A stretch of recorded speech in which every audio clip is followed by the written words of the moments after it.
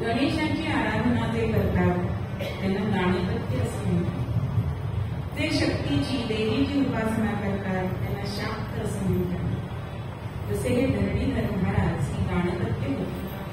अत्यंत गणेशाची उपासना त्यांनी केलेली आहे आणि त्या गणेशाचं सण करतायत ते आजच्या निरूपणाच्या ते म्हणतायत दे पायाची जोड मोरया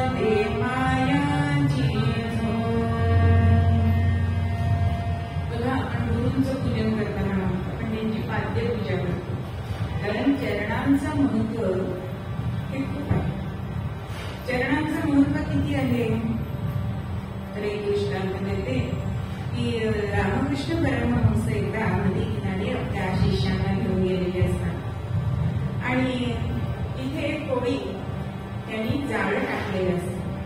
काही मासे त्या जाळ्यामध्ये अडकलेले असतात. आता हा प्रसंग आपल्या शिष्यांना रामकृष्ण दाखवत आहे. काय दिसतंय तुम्हाला त्या दृश्यामध्ये? तर सामान्य जे विद्यार्थी होते, शिष्य होते, ते म्हणतायत की काही मासे कोळ्याच्या जाळ्यामध्ये अडकलेले आहेत आणि काही मासे या कोळ्याच्या पायाशी घुसमटत आहेत. त्याच्यावरती रामकृष्ण असं सांगतायत की बघा, यष्टींची कोळ्याचे पाय ज्यांनी धरले ते मासे जगले बघा, आणि ज्यांनी कोळ्याचे पाय धरले नाही ते जाळ्यात अडकले. तसंच सद्गुरूंचे पाय, देवाचे पाय जर आपण धरले तर ह्या भवसागराच्या किंवा माया नदीच्या जाळ्यामध्ये आपण अडकू का? असं हे चरणांचं महत्व आहे.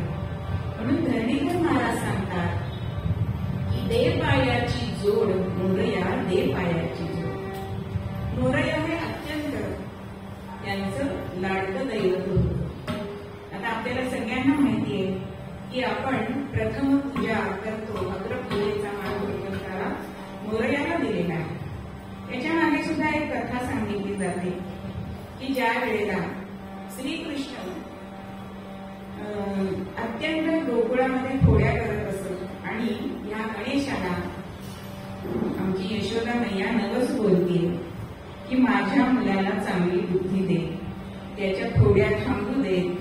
असं प्रत्येक आईला जसं आपला मुलगा चांगला वागावा असं वाटतं, तसं यशोदा मैयाला सुद्धा वाटलं. आणि जर माझा हा कन्हैया सुधारला ना तर मी तुला 21 मूर्तांचं नैवेद्य दाखवेन. आणि खरोखरच सांगायचं मंडळी, कृष्णाच्या खोड्या कमी झालेल्या आहेत. आता हा सगळा गणेशाने दिलेल्या बुद्धीचा परिणाम आहे असं यशोदा मैयाला वाटतं. आणि झालं 21 चतुर्थ्या झाल्या आणि ठरल्याप्रमाणे मूर्तांचं नैवेद्य दाखवण्यासाठी म्हणून देवळामध्ये कन्हैयाला घेऊन आली. आता नैवेद्य दाखवते, डोळे मिटले आणि डोळे उघडतात तर काय, पानामध्ये एकही मोदक नाही ताटामध्ये. कन्हैया, मोदक कुठे गेले? आता कृष्ण भगवान ते म्हणतात त्या ढेरकोट्याने खाल्ले. आता गणपती म्हणतो मी काही न खाता माझ्यावर हा आलो, चालेल का आपल्याला काही? पण भगवान विष्णू म्हणजे श्रीकृष्ण त्यांना म्हणतोय की हा आरोप तुझ्यावर देवी तुला अग्रपूजेचा मान देईल. म्हणजे देवगड देवांमध्ये सुद्धा आहे का, फक्त माणसांमध्ये नसते. मी तुला हे दिलं तर तू मला हे दे असं जसं आपण म्हणतो, तसं गोपाळ कृष्ण आणि गणपती बाप्पामध्ये बोलणं चाललं. मग श्रीकृष्ण मोरयाला म्हणताय की मी तुला एवढा अग्रपूजेचा मान दिला, मग तू त्याच्या बदल्यात काय देणार?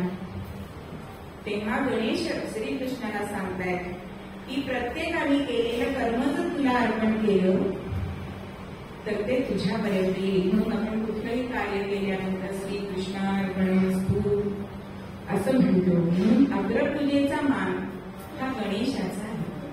मग अशा गणेशाचे पायाची जोड तू आम्हाला दे असं धरणीधर महाराज म्हणताय. मग पायाची जोड मागताय तर पुढच्या चरणामध्ये ते म्हणताय की तुझं विण कवना शरणमी जाऊ, नाम तुझे बरोबर. आता त्या जे आपलं आराध्य दैवत असतं त्याला आपण मनोमन शरण जातो. पण शरण कोणाला जावं, कोणाला जावं? आपण मात्र व्यवहारामध्ये बॉसला, जे पती असतात ते पत्नीला शरण जात असतात सारखे. पण व्यवहारामध्ये असं वागतात, तसं पारमार्थामध्ये आपण तसं वागायचं नसतं. मग तुकोबा सांगतात की कोणाला जावं शरण? की जो बलवंत आहे, सामर्थ्यवान आहे त्याला शरण जावं. म्हणून एवढा मोठा अधिकार असून सुद्धा तुकोबा मारुतीरायांना शरण गेले की एका अभंगामध्ये म्हणतायत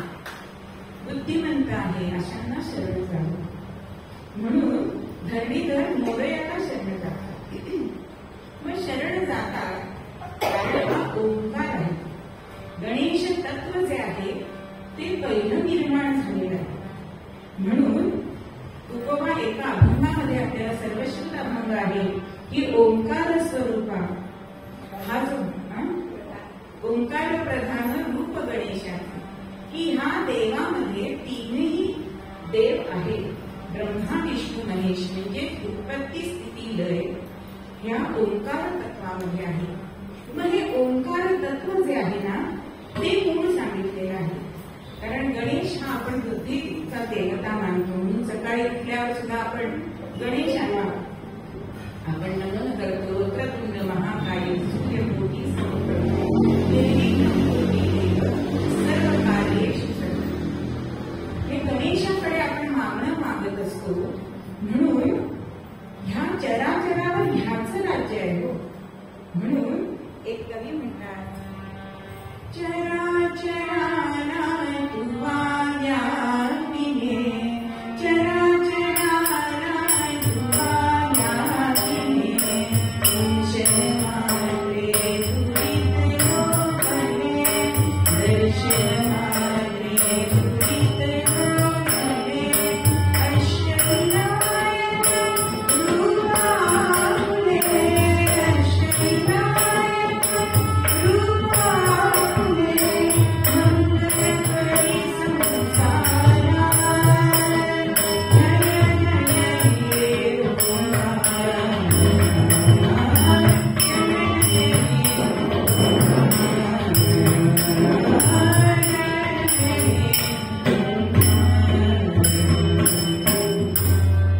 या ओंकाराने चराचराला व्यापलेला आहे. आणि आपण असं जर बघितलं तर प्रत्येकाने कोणा ना कोणाकडे तरी शिक्षण घेतलेलं आहे. पण आमचे गणेश हे स्वयंभू आहेत. त्यांनी कोणाकडे शिक्षण घेतलेलं नाही. म्हणून बुद्धीची देवता ही गणेश मानली जाते. आणि दुसरं एक त्याचं मागचं कारण असं आहे की आता आपण दुभाषा वापरतो बघा, तसं देवांच्या आणि आपल्यामध्ये दुभाषाचं काम हा गणेश करत असतो.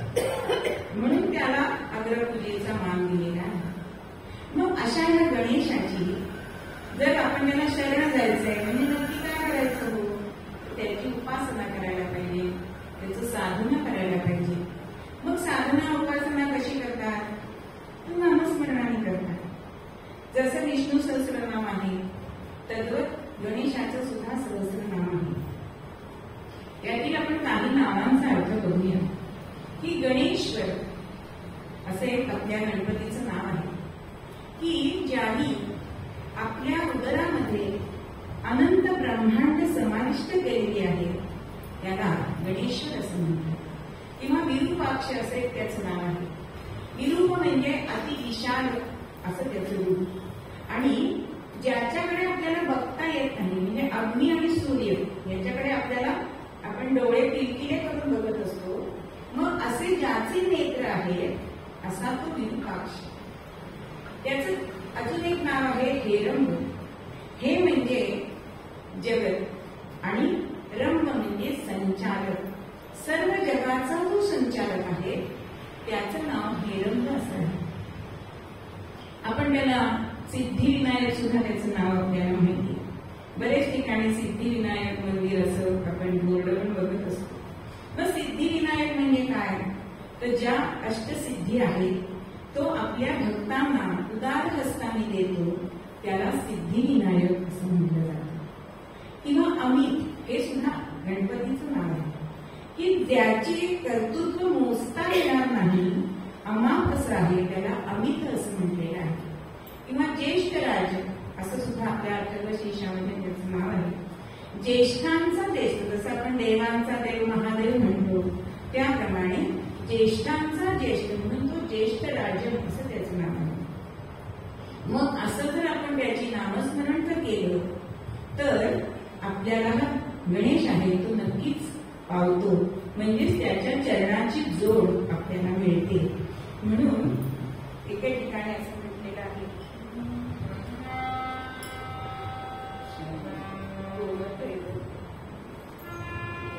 गणेश भक्ता दर्शन देवा, गणेश भक्ता दर्शन देवा, विघ्न कारण होते ब्रह्मी ब्रह्मा देवा चरिता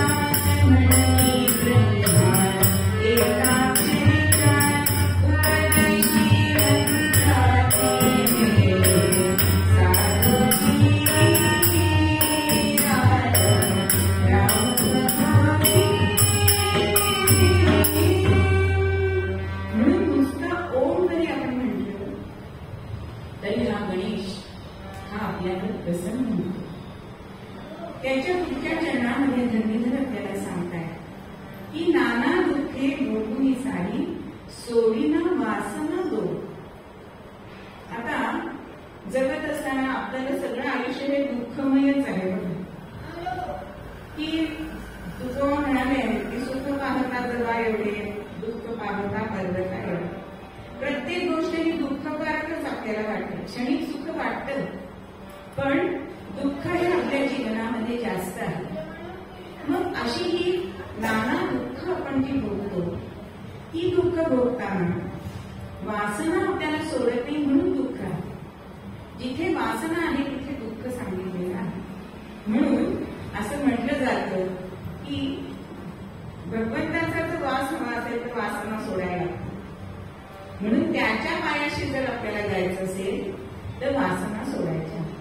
मग वासना सुद्धा 2-3 प्रकारच्या सांगितलेल्या आहेत की लोकवासना. आता आपण माध्यम बघतोय मीडिया किती प्रसिद्धी आहे बघा, त्याला लोकवासना म्हणतात. जरा काही कुठं झालं की लगेच आपण मीडियावर टाकतो. म्हणजे आपण गावाला जातो हे सुद्धा टाकतो बरं का, आणि मग घरात चोऱ्या होतात. ही लोकवासना आहे की आम्ही इथे जातो तिथे जातो. पण ह्या प्रसिद्धीला जो मनुष्य भुलतो तो दुःखात पडतो. शास्त्र वासना आहे म्हणजे मी एवढ्या ग्रंथांचा अभ्यास केलाय असं आपण सहज जातो सांगून, पण ती वासना झाली. इथे जर आपल्याला मान मिळाला नाही तर दुःख आहे की नाही. म्हणून सोडीना वासना दोड. आता दोड ह्या शब्दाचा अर्थ स्त्रियांना सांगायला नको. आपण भाजी घेताना बघा गवार मोडून बघतो, फरसबी मोडून बघतो. का बरं? ती जून नसावी. तशीच वासना सुद्धा जून होते. आमचे महाराज म्हणतात की खरी म्हणजे वासना ही अगदी सूक्ष्म आहे बरं का. म्हणजे जसं हिम पडतं की नाही, ते अगदी भुरभुर पडतं, ते आपण बाजूला करू शकतो. पण ते ज्या वेळेला आपण बाजूला करत नाही ते एकमेकावर सातत जातं आणि ते इतकं घट्ट होतं की ते यंत्राने काढावं लागतं. तशीच ही वासना आहे. तिला जर आपण पुष्टी दिली तर ती जास्त दृढ होत जाते, घट्ट होत जाते आणि मग ती दोड होते म्हणजे जून होते. म्हणून तिला जर आपल्याला बाजूला करायचं असेल तर प्रसिद्धी कलामुख राहायला पाहिजे. म्हणजे दुःखच नको. कारण असं म्हटलं जातं की अपेक्षा ठेवली की दुःख विनय दुःख भंग आहे. अपेक्षा भंग होतो आणि आपल्याला दुःख होतं. म्हणून सोडीनं वासना दोड. म्हणून ही वासना जर आपल्याला बाजूला करायची असेल तर गणेशाची आराधना करायला पाहिजे. त्याला आपण शरण जायला पाहिजे. मग असं कधी घडलंय का हो? तर घडलंय. एकदा एक जनक राजा, जनक हे म्हणजे फक्त जानकीचे वडील होते असं नाही, तर जनक हे पद आहे. जसं इंद्र हे पद आहे तसं एका जनक राजाला असं वाटलं की माझ्या प्रजेचं सगळं सांभाळ मी करतोय. आणि मग असं झालं की जिथे अहंकार आले तिथे भगवंताला तो अहंकार आवडत नाही. आणि मग ह्या जनकाची त्याला चूक सुधारण्यासाठी म्हणून एका म्हाताऱ्याचं रूप घेऊन प्रत्यक्ष गणेश तिथे येतोय. मग कसा होता? अगदी वाकलेला होता, जरा जर्जर झालेला होता, अंगाला गुळगुळी येत होती. असं हे गणेशाने रूप घेतलंय आणि राजाच्या पुढे आलाय आणि मी म्हणतोय की मी 7-8 दिवसांचा उपाशी आहे, तर मला माझ्या भोजनाची सोय होईल का? आता ह्या जनकाला असं वाटलं की एवढ्यांचा सगळ्यांचा पोशिंदा मी आहे, तर एका गरीबाला देवाला घालायला मला काय कठीण. आणि म्हणून स्वयंपाक करायला सांगितलंय. अन्नसिद्धी झाली आणि त्याला जेवायला बसलो. पण गणेशाने काय सांगितलं? मी एकटा जेवणार. राजा म्हणतो ठीक आहे. आणि मग केलेलं सगळं अन्न भक्षण केले. पुन्हा पोटात भूक आहेच हो. राजा अजून माझं पोट भरलं नाही म्हणून पुन्हा पाकसिद्धी केली. 100 माणसांचा स्वयंपाक केलाय पण तरी सुद्धा माझं पोट रिकामं आहे. अजून माझी तृप्ती झालेली नाही. आणि होता होता असं झालं की कोठारातलं सगळं धान्य संपलं होतं. प्रजाजनांकडून राजाने धान्य आणलं तरी सुद्धा त्याचं पोट भरेना आणि मग जनकाला असं वाटलं की हा साधा सुद्धा ब्राह्मण नाहीये आणि म्हणून त्याला तो शरण केलाय. म्हणजे सोडीना वासना दोष जे सांगितलंय की प्रसिद्धी होती की मी पोशिंदा आहे हे गणेशाला आवडलं नाही आणि म्हणून त्याला त्याचा अभिमान गळून पडावा म्हणून भगवंताने गणेशाने हे रूप घेतलंय आणि त्याचं गर्भहरण केलेलं आहे. एकदा त्रिपुरासुराचा वध करताना सुद्धा शंकर तसेच गेले आणि यश आलं नाही. मग नारदांनी शंकरांना विचारलंय की तुम्ही प्रथम गणेश पूजन केलं होतं का? तेव्हा ते मनात असं आलं की माझ्या मुलाचं काय पूजन करायचंय, पण गणेश हा त्यांचा फक्त मुलगा नाहीये, तर हा गणेश तत्व आहे आणि त्या तत्वाचं पूजन करणं म्हणजेच विघ्नहरण करणं, कारण तो विघ्नहर्ता आहे. म्हणून जेव्हा शंकरांनी त्यांची आराधना केली आणि ते म्हणतात जय गणेश गणराज गणाधिप, जय गणेश गणराज गणाधिप, सकल विघ्न हर दूर हमारे, सकल विघ्न हर दूर हमारे, जय गणेश गणराज गणाधिप.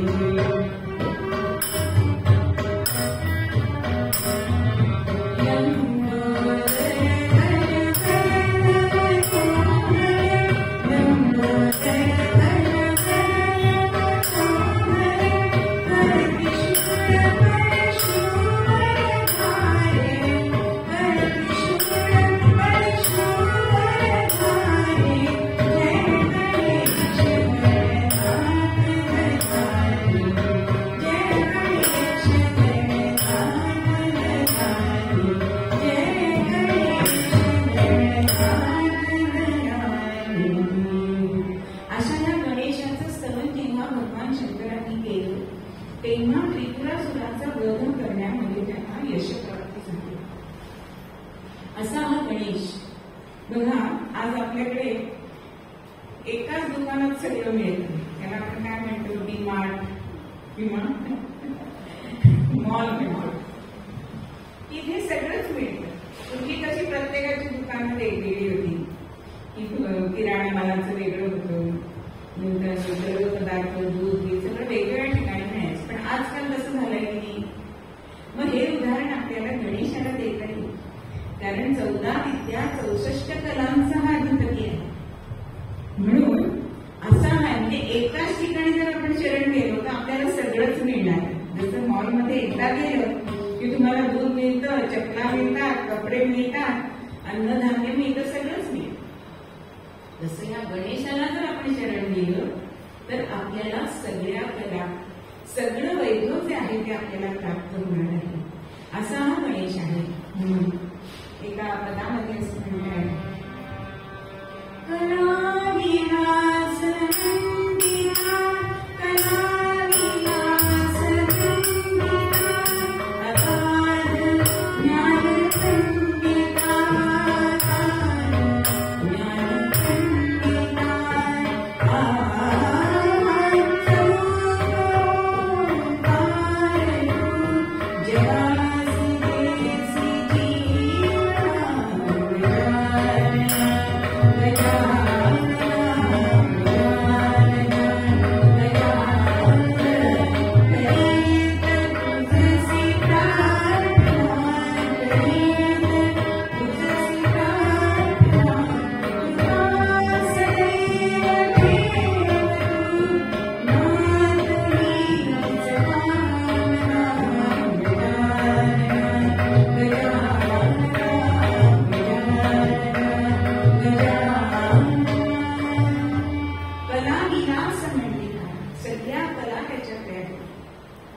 असा हा गणेश. आणि म्हणून धरणीधर महाराज काय म्हणतायत, धरणीधर हा एवढ्याची मागे, काढी कृपेची तोड.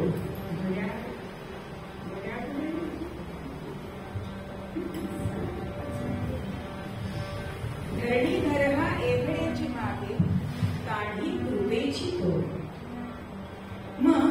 धरणीधर महाराज या गणेशाप्रती एकच मागणं मागताय.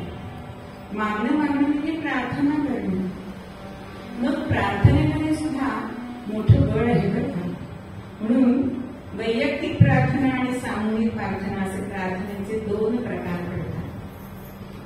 आपण वैयक्तिक प्रार्थना ही स्वतःसाठी करतो आणि सामूहिक प्रार्थना आपण कोरोनामध्ये बघितलंय.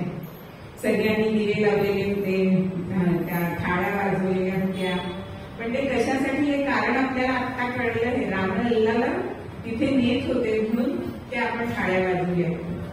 म्हणजे सामूहिकतेमध्ये जे सामर्थ्य आहे, मग संत हे आपल्या स्वतःसाठी काही मागत नसतात, ते तुमच्या आमच्यासारख्या सामान्यांसाठीच मागत असतात. म्हणून धरणीधर हा एवढेची मागे काढी कृपेची तोड. मागणं सुद्धा असं मागावं की देणाऱ्यांना सुद्धा त्याच्यामध्ये आनंद असला पाहिजे. आणि भगवंत हा असा उदार आहे की तो आपल्याला हवं ते देतो. पण मागणं हे सुद्धा अतिशय कौशल्याचं आहे. नेहमी कीर्तनकार दृष्टांत सांगतात तो सांगते की एक अंध तपश्चर्येला बसलेला आणि होता भगवंत प्रसन्न झाले आणि तुला काय हवं ते मागून घे असं सांगितल्यानंतर या अंधळ्या ग्रस्ताने काय मागावं की माझ्या नातवावर मला छत्र चांवर दिसू दे. एका वाक्यात मागितलंय, पण किती मागितलंय.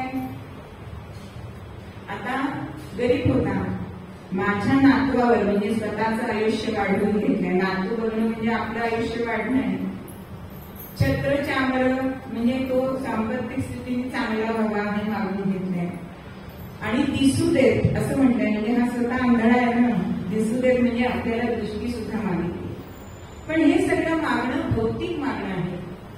पण पारमार्थिक मागणं हे संत मागत असतात. मग असं हे मागतात की तू मला काय दे, तर तुझी कृपा मला दे.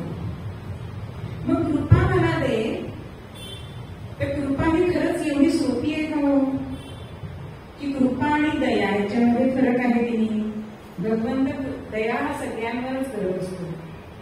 म्हणून आपण नेहमी एक श्लोक म्हणतो, डोळ्यांनी बघतो ध्वनी परिसतो, पाणी पदी चालतो, जिव्हेने रस चालतो, मधुरही वाचे रमी बोलतो, हाताने गौसार काम करीतो, विश्रांती घ्यावया घेतो जोग सुखे फिरून उठतो, ही ईश्वराची दया मंगलमूर्ती मोरया. बघा, आपण सकाळी उठल्यापासून प्रत्येक काम करत असतो, सगळे आपली कर्मेंद्रिय वापरत असतो, पण शेवटी जेव्हा झोपतो आणि सकाळी उठतो, ही काय आहे, ईश्वराची दया आहे. सगळ्या भूतमात्रांवरती भगवंत दया करत असतो. पण कृपा सगळ्यांवर करतो का? कृपा ही सगळ्यांवर करत नाही. म्हणून एका अभंगामध्ये तुकोबांनी सांगितले की तू कृपा सिंधू सुद्धा आहेस आणि दया सिंधू सुद्धा आहेस. पण दया सगळ्यांवर होते, पण कृपा ही कष्ट साध्य आहे, ती मिळवावी लागते. म्हणजे ती एका जन्मात मिळते असंही नाही. म्हणून आपण असं म्हणतो की आमच्या घराण्यावर कृपा आहे. आम्ही नेहमी वगैरे म्हणत असतो की आमच्यावर गंगुलेकर महाराजांची कृपा आहे घराण्यावरती. तसंच मोरया गोसाव्यांची त्यांच्या घराण्यावर कृपा आहे. आपण चिंचवडला गेला तर तिथे आपल्याला 7 पुरुषांच्या समाधी दिसतात. ही गणेशाची कृपा आहे. मग कृपा ही कष्टसाध्य असते, ती एकाच जन्मात मिळेल असं नाही. पण जी मिळते ना ती पिढ्यानपिढ्या बसून खातात, अशी आपल्याला ही कृपा दिसते. म्हणजेच नाथांच्या गाड्यामध्ये जेव्हा माझं कीर्तन झालं होतं, नेहमी हा दृष्टांत देते कारण तो मला खूप आवडलेला आहे. आणि मग तिथे त्यांच्याच 14वा वंश तिथे होता आणि त्यांनी मला चहा पाण्याला घरी बोलवलं. आणि त्यावेळेला ते म्हणाले की काकू तुम्हाला एक सांगू का गंमत, नाथांची कृपा आमच्या घराण्यावर अजून कशी आहे. म्हटलं सांग, मला दृष्टांत होतात ना सांगायला. आणि मग त्यांनी सांगितलं की मी नाथांच्या सगळ्या वाङ्मयांचा प्रचार करण्यासाठी मी भारुडांचे कार्यक्रम करतो, कीर्तन करतो, प्रवचन करतो, पण मी सिव्हिल इंजिनियर सुद्धा आहे आणि बिल्डिंग बांधण्याचं काम करतो. तर नाथांची कृपा कशी आहे की पैठण हे खरं म्हणजे कोरडवाहू भाग आहे की तिथे पाण्याचं दुर्भिक्ष आहे, दुष्काळ आहे. पण म्हणे काकू ज्या ज्या वेळेला मी स्लॅब घालतो त्या त्या वेळेवरून राजा आपोआप येतो. आणि असं 2-4 वेळा झालंय की मी स्लॅब घालावी आणि वरून राजाचं आगमन व्हावं. म्हणजे आता लोक असं म्हणतात की रवी स्लॅब घातली म्हणजे छत्र्या घेऊन बाहेर पडा. म्हणजे नाथांची जी त्यांनी कृपा मिळवली त्याची पुढची 14-15वी पिढी सुद्धा त्या कृपेचे गर खातायत, अजून गरे खातायत. म्हणजे कृपा ही एकदा मिळवली ना की ती चिरत असते. म्हणून कृपा आपण मिळवायची, दया तर तो देतो, सगळ्यांवरच करतो. म्हणून धरणीधर महाराज म्हणतायत की काढी कृपेची तोड, तुझ्या चरणांची जी मला सेवा करायची, तुझ्या चरणाची जी मला जोड आहे ते मला कायम राहते, अशी तुझी कृपा माझ्यावर असू दे. म्हणून सूत्र श्लोकामध्ये सुद्धा आपल्याला बघतो आपण की आनंदे जगदानंद, म्हणजे हे जगत जे आहे ना ते गणेशाच्या चरणांच्या आधारावरती आहे. आणि जसं कमळामध्ये जेव्हा मकरंद होतो तेव्हा भृंगे जसे तिथे रुची घालत असतात, मकरंद सेवन करत असतात, तसे ऋषीमुनी या गणेशाच्या चरण कमलाचं सेवन करत असतात. शरद ऋतूतलं जसं कुठलंही तीर्थाचं पाणी हे अतिशय शुद्ध असतं, त्याप्रमाणे ह्या गजाननाच्या चरणाचं जे तीर्थ आहे ते अत्यंत शुद्ध आहे आणि त्याचं आम्हाला सेवन करायला मिळू दे, त्याची आम्हाला जोड असू दे. म्हणून गजानन हे परब्रह्म,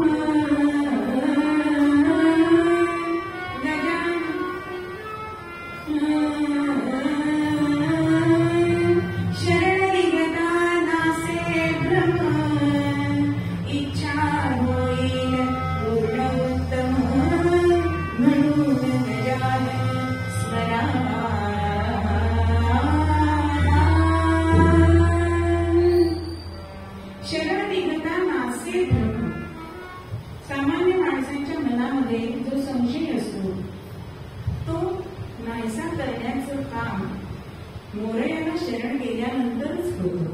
तो आपोआप संशय नाहीसा होतो. आपल्या मनातल्या ज्या इच्छा असतात तो गणेश पूर्ण करत असतो. आणि म्हणून गजाननाला जर आपण प्रसन्न केलं तर आपल्याला त्याच्या पायाची जोड मिळते, त्याची कृपा मिळते. मग आता प्रसन्न करायचंय, आपण जसं मगाशी बघितलं की नामस्मरण करावं, तसं त्याच्या आवडीच्या सुद्धा गोष्टी आपण करू शकतो. जसं एखादा जावई जेव्हा घरी येतो तेव्हा जावयाच्या आवडीचं सासूबाई करतात का आपल्याला आवडीचं असतं ते करतात. तसंच गजाननाची जर आपल्याला उपासना करायची असेल तर त्याला जे आवडतं ते आपण करायला पाहिजे. आपण फक्त मोदक उकडीचे खातो, गजाननाला मोदक अत्यंत प्रिय आहे. पण हे मोदक कशाचे करावे तर कर्माचे मोदक करावे. मोदक म्हणजे आनंद आणि क म्हणजे कर्म. मग कर्म सुद्धा काल आपण साधारणपणे 5 पाकळ्या करतो. मग या 5 पाकळ्या कर्माच्या कशा असाव्या तर अभ्यास, मनन, चिंतन, आकलन आणि अध्यासन असं जे आहे अशी ही 5 पाकळ्यांचा मोदक करावा. आपलं कर्म त्याच्यामध्ये घालावं आणि आनंदरूपी सारंग त्याच्यात घातलं तर तो मोदक ह्या गजाननाला अत्यंत आवडणार आहे. त्याला दुसरी आवडणारी गोष्ट म्हणजे दुर्वा, ज्या माताशे अगदी नाहीशा झालेल्या आहेत. कारण सगळीकडे कोबा घालून आणि जेव्हा आपल्याला हवे असतात ना तेव्हाच ते नगरपालिकेचे रस्त्यावर दुर्वा तोडतो. पण दुर्वा अत्यंत प्रिय अशा गणपतीला आहे. त्या 21 दुर्वा घालणार. त्याच्यामध्ये सुद्धा 5 कर्मेंद्रिय आहेत. नंतर द्वैत म्हणजे आपण हा जीव आहे, माया आणि ब्रह्म, तसा तो अद्वैत आहे. नंतर त्रिगुण त्याच्यामध्ये आहे. असे सगळे 20 जणांचा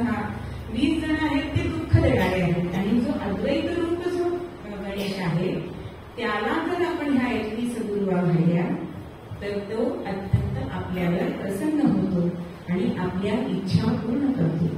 कारण दुरित नाशना, विघ्न हरता अशी आपण त्याला अनेक नावं आहेत. आणि असा हा गजानन, त्याची कृपा प्राप्त व्हावी म्हणून धरणीधर महाराज आपल्या मूळ पद्यामध्ये म्हणतात, दे पायाची गोड मुरया, दे पायाची गोड मुरया, दे पायाची गोड मुरया, दे पायाची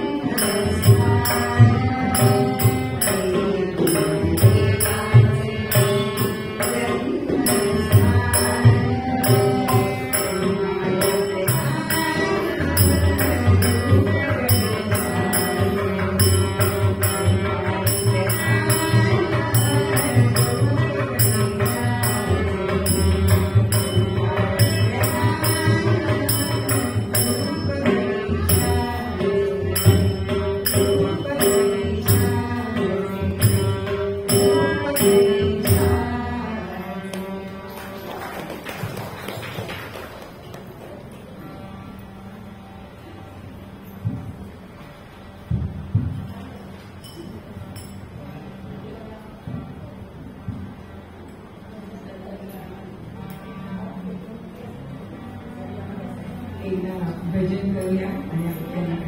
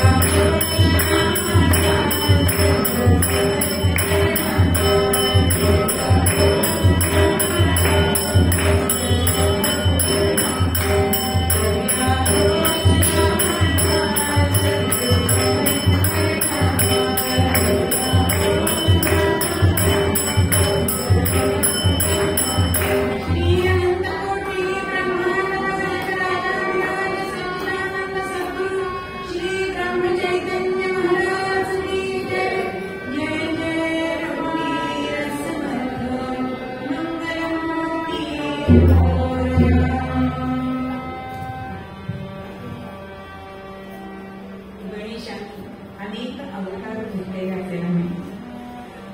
गणेशाचे 3 जन्मदिवस ते साजरे केले जातात.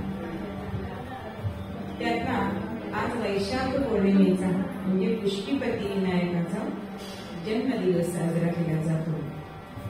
त्यानंतर भाद्रपदातली जी चतुर्थी गणेश चतुर्थी हा त्याचा एक जन्मदिवस आहे आणि माघी चतुर्थी हा पण एक जन्मदिवस आहे. तो पहिला जन्मदिवस हा पुष्टीपती विनायकाचा जन्मदिवस मानला जातो. आज कीर्तन सेवा त्या निमित्तानेच आहे. मी आज पुष्टीपतीचं विनायकाचं चरित्र पहिल्यांदाच लावणार आहे, पण आलेली संधी सोडायची नाही.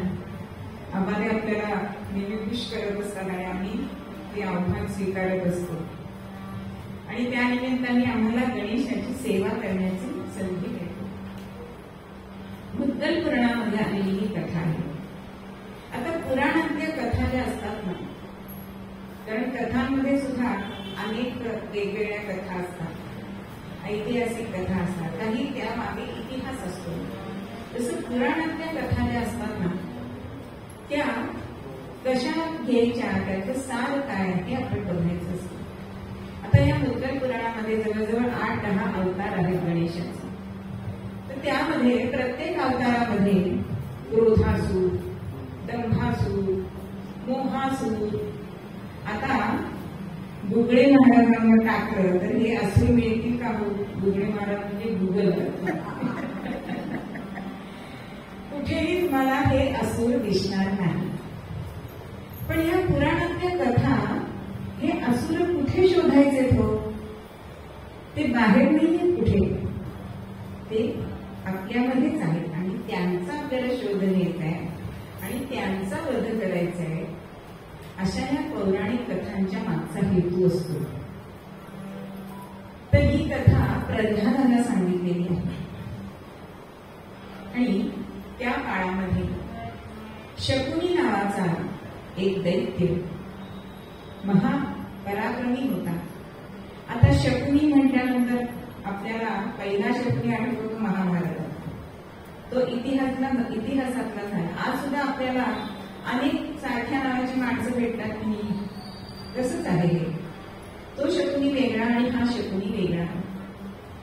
आणि हा शकुनी हा शब्दाचा अर्थ सुद्धा संस्कृतमध्ये अनेक प्रकारचे वेगवेगळे अर्थ सांगितले.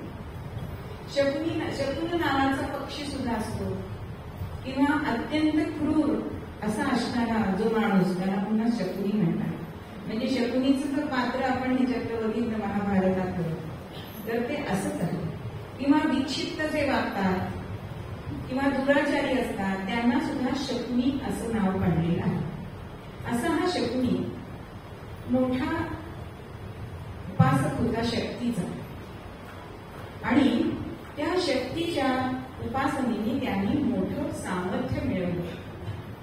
वरद प्रदान मागून घेतलं, वर मागितला, आणि पुढे हा संसारामध्ये पडला. आता संसारामध्ये पडल्यानंतर अपत्य प्राप्ती झाली. अपत्याचं नाव काय ठेवलंय? दुर्मती. असं ठेवतं का आपण कधी नाव?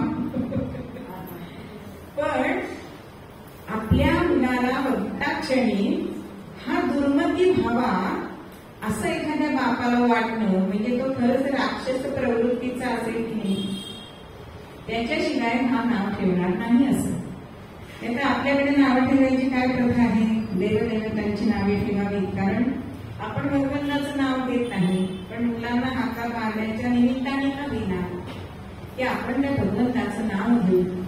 पण ह्या शकुनीने आपल्या मुलाचं नाव हे दुर्मती ठेवलं. मग ही दुर्मती जी आहे, कारण शकुनी ही प्रवृत्ती राक्षसी प्रवृत्ती आहे. हे राक्षस सुद्धा मोठे साधक असतात, उपासक असतात बरं का, ज्ञानी असतात. आपल्याला रावणासारखा राक्षस माहितीये की तो आत्मलिंग मागावं इतकी त्याची उपासना होती की नाही. पण ह्या राक्षसी वृत्तीमध्ये दोन गोष्टी आपल्याला दिसतात. ते स्वतः साधक असतात, उपासक असतात, पण ते इतरांना उपासना करू देत नाही. म्हणून रावण सुद्धा ऋषीमुनींच्या यज्ञ यागामध्ये विघ्न आणत होता की नाही, किंवा दुसऱ्याची वस्तू आपण लुबाडावी, ही वृत्ती राक्षसी वृत्ती आहे.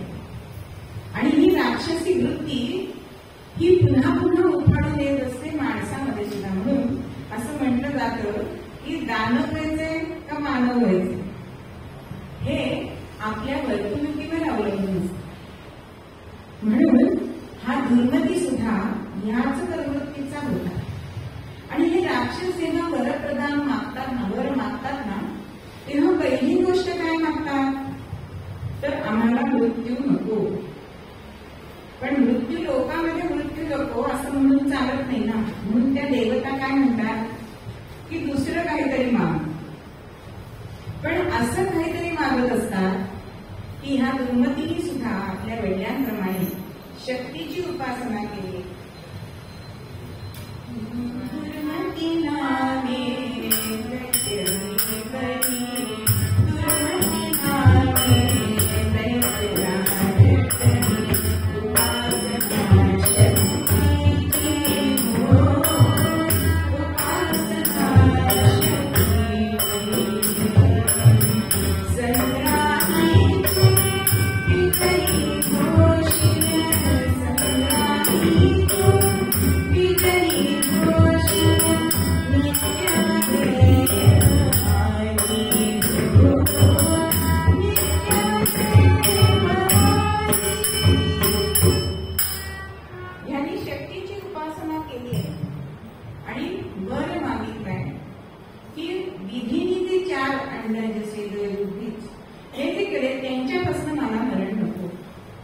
म्हणजेच मला कोणापासून मरण नको, म्हणजे मी अमर आहे अशी त्याची मनाची कल्पना झाली. आणि शक्तीने सुद्धा तथास्तु म्हणते. पण देवदेवतांना माहित असतं की ह्याच्या पलीकडे सुद्धा एक सृष्टी आहे, पण ह्या दैत्यांना ती दिसत नाही. आणि दैत्य वृत्ती म्हणजे काय? की उपभोग घेणे, स्त्री, मांस आणि मदिरा ह्याच्यामध्येच ते बुडून गेलेले असतात.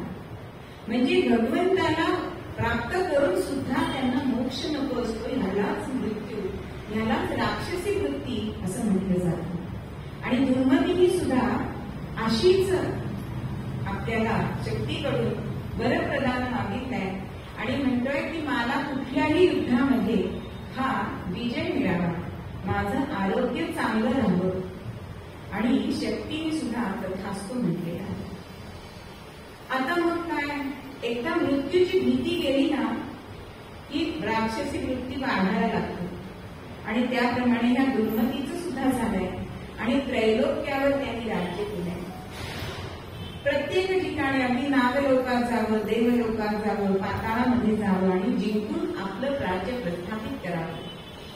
आणि सगळीकडे हाहाकार झाला. एवढंच नव्हे, ज्या शक्तीने त्याला वर दिलेला होता त्या शक्तीची सुद्धा त्यांनी अभिलाषा धरली. म्हणून कैलास पर्वतावर गेल्या आणि तिथे शंकर भगवानांच्या शेजारी पार्वती माता, शक्ती माता बसलेली होती. पण त्याचं भगवान शंकरांकडे लक्षच नव्हतं. होतं ते पार्वतीकडे. अशी का नजरेने तू तिच्याकडे बघत होता. म्हणजे देव पुढे असून सुद्धा भोगाकडे लक्ष जातं. ती राक्षसी वृत्ती. आणि ती राक्षसी वृत्ती आपल्याला पुराण कथानातनं आपल्याला बघायची आणि ती आपल्यात नाही ना हे बघायचं. कारण ही राक्षसी वृत्ती आली की दुर्मती होते बरंच. म्हणून त्याच्या मुलाचं नाव दुर्मतीच आहे. म्हणून पौराणिक कथा बघताना आपल्याला हा विचार करायला लागतो. आणि अशा तऱ्हेने शक्तीला त्यांनी सांगितलंय की तू माझी हो. आणि त्यानंतर मात्र इथे शंकर भगवान अदृश्य झाले, लुप्त झाले आणि गंगासामध्ये राहायला लागलेले आहेत. आता कुणाला असं वाटेल की देव इतके कमी प्रतीचे आहेत का? पण काही ठिकाणी नंतर घ्यावं लागतं. कारण पुढे आपल्याला जर विजय हवा असेल तर त्यासाठी 2 पावलं मागे यावे लागतं.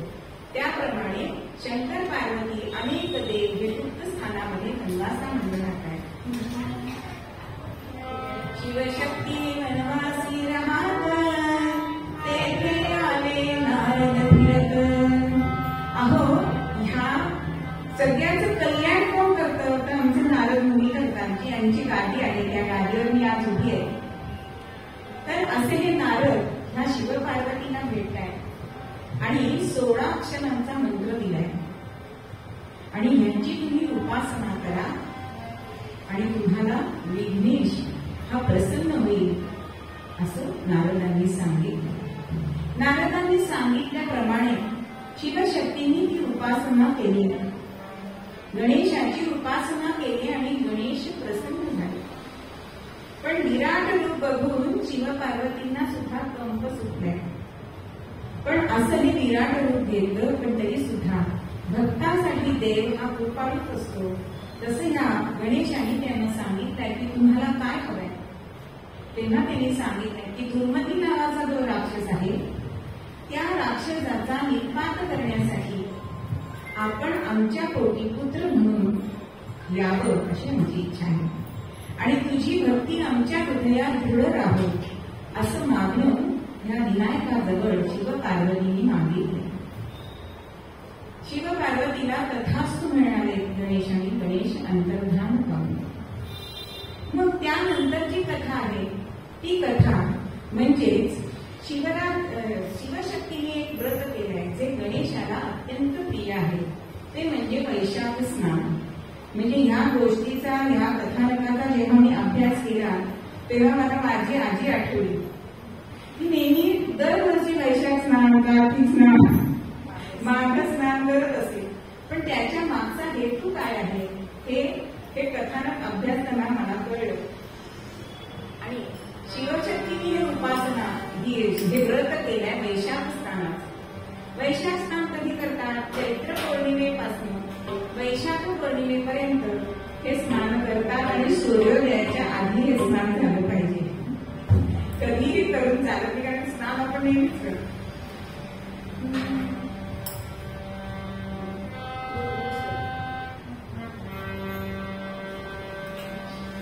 वैशाख स्नानाचे व्रत, वैशाख स्नानाचे व्रत करीते शिवपार्वती सखेती.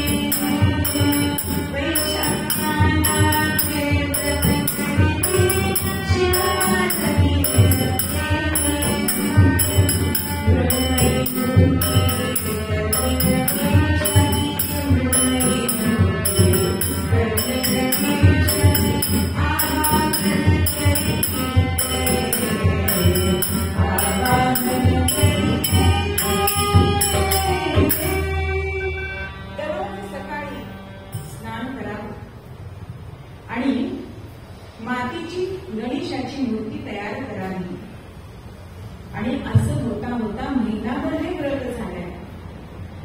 गणेशाला हे व्रत अत्यंत प्रिय आहे आणि वैशाख पौर्णिमेच्या दिवशी सकाळी जेव्हा पार्वती मातेनी मातीची गणेशाची मूर्ती तयार केली आणि त्यांनी त्या मूर्तीमध्ये आपण प्रकट व्हावं अशी प्रार्थना केली आणि गणेश तिथे प्रकट झाले.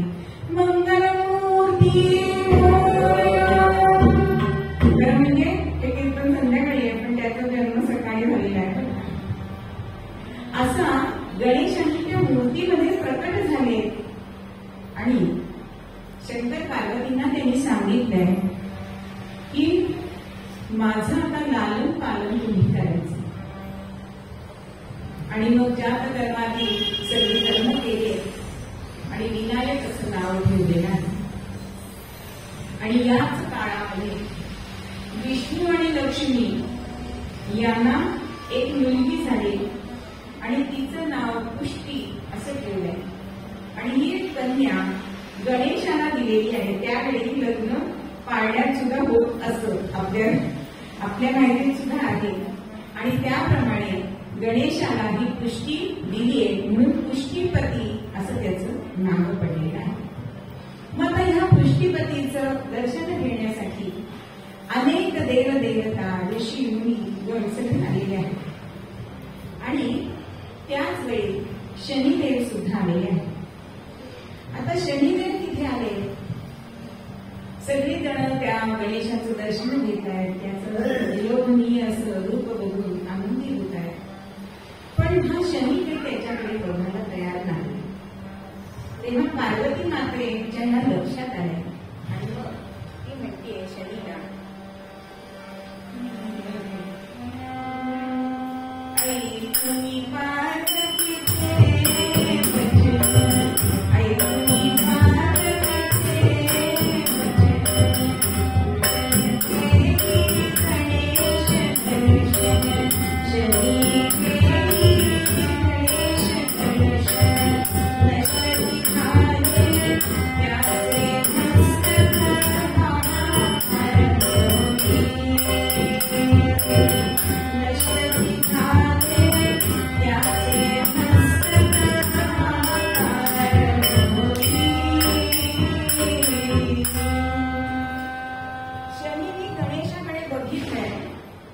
आणि गणेशाचं मस्तक नष्ट झालंय.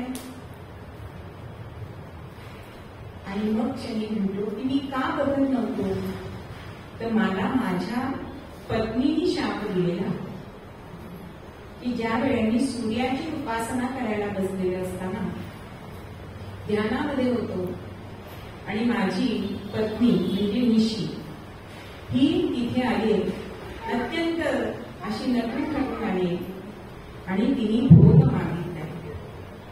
पण मी ध्यानामध्ये असल्यामुळे तिने माझी 2 मुहूर्त वाट बघितली, पण मी तिच्याकडे लक्ष दिलं नाही आणि म्हणून तिने मला शाप दिला की तू ज्याच्याकडे बघशील त्याचं मस्तक नष्ट होईल.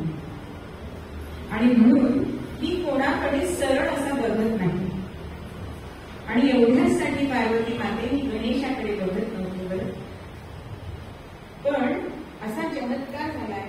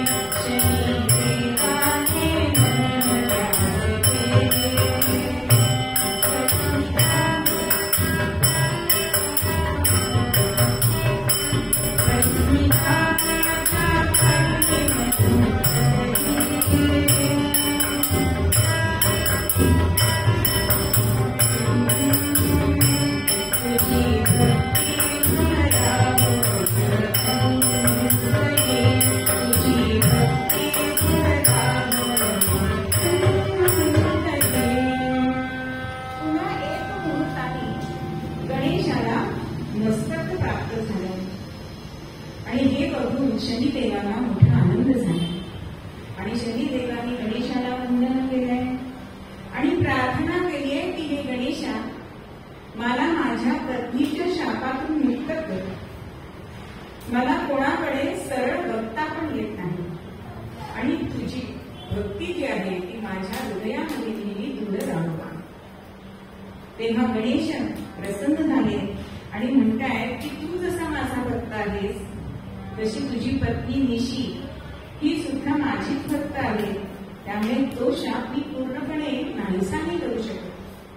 पण मी तुला एवढं त्याच्यातली तोड सांगतो की तू सरळ बघितलंस तर तो सुखदायी होईल, पण तू जर वक्र नजरेने कोणाकडे बघितलंस तर त्याला मात्र त्याचा त्रास होईल.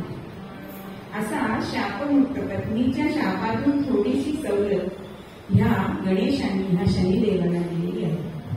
त्यानंतर अशी एक उपकथा ह्या पुराणामध्ये येते की अगस्त्य ऋषींनी जेव्हा समुद्र यायला त्यावेळेला सुद्धा ह्या पुष्टीपतीची प्रार्थना आराधना त्यांनी केली आणि त्यांना वरप्रदान दिलाय आणि त्या राक्षसाचा वध त्यांच्या हातून झालाय. तो समुद्राच्या तळाशी लपलेला होता. त्यानंतर दुसरा असा भक्त ह्या पुष्टीपती विनायकाचा म्हणजे आमचे भगवान श्रीकृष्ण. ज्यावेळी लक्ष्मीला हरण करून लक्ष्मीला नेत असतात त्यावेळेला आता आपल्या मागे सैन्य लागणार आणि ते द्वारकेच्या बाजूनी जाणार म्हणून भगवंत विदर्भाकडे म्हणजे उलटे गेले तर का जरा. आणि आपण वधूला आणलं की लक्ष्मीपूजन करतो, पण आता लक्ष्मी प्रत्यक्ष लक्ष्मी बरोबर होती. त्यामुळे भगवंतांनी लक्ष्मी सहित या पुष्टीपतीची आराधना केली, तिथे स्थापना केली आणि ती मंदिर आजही आपल्याला उपलब्ध दिसतं. ते म्हणजे यवतमाळ जवळ द्वारका नावाचं गाव आहे. तिथे पुष्टीपती नावाचं गणपतीचं मोठं मंदिर आहे. तर तिथे भगवान श्रीकृष्णांनी त्याची उपासना तिथे केलेली आपल्याला दिसते.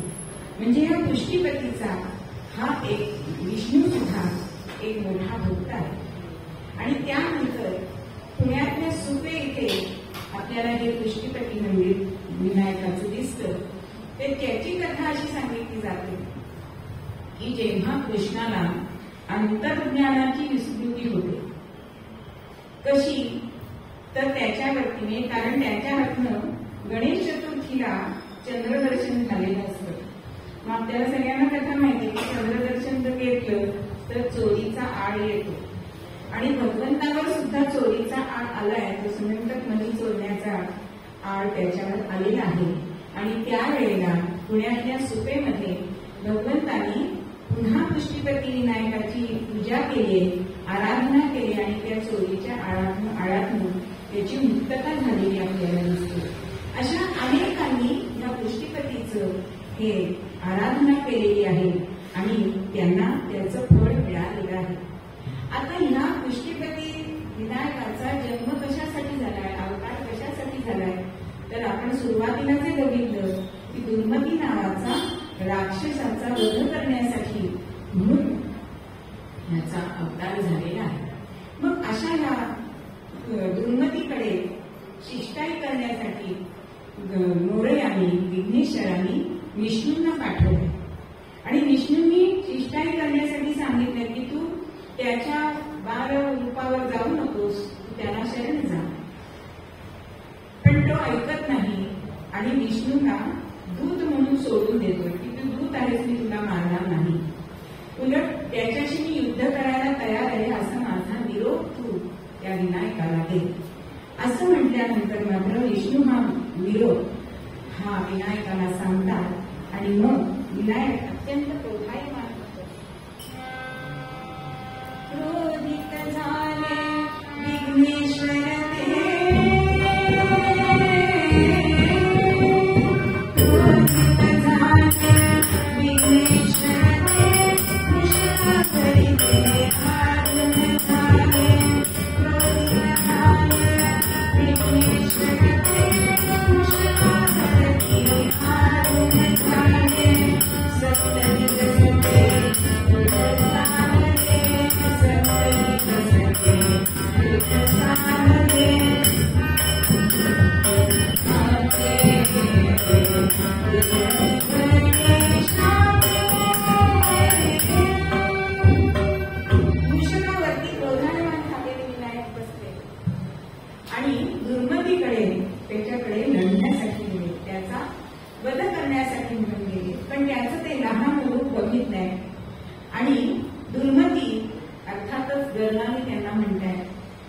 एवढासा लहान, तू माझ्याशी युद्ध काही करू नकोस, मी तुला असं मारून टाकीन.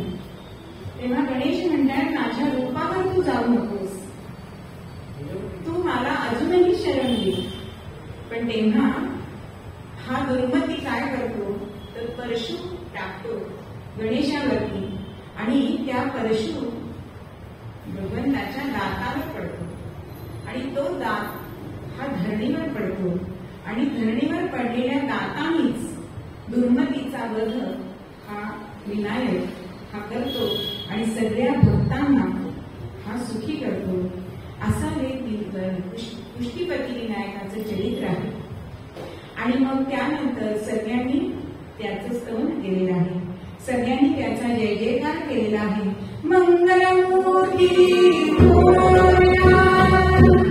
आणि त्यानंतर सगळ्या भक्तांना असं त्यांनी सांगितलंय की जे कोणी माझे स्तोत्र म्हणतील, जे कोणी माझा महोत्सव करतील, जी माझी कथा ऐकली, त्या सगळ्यांना माझी कृपा प्राप्त होईल.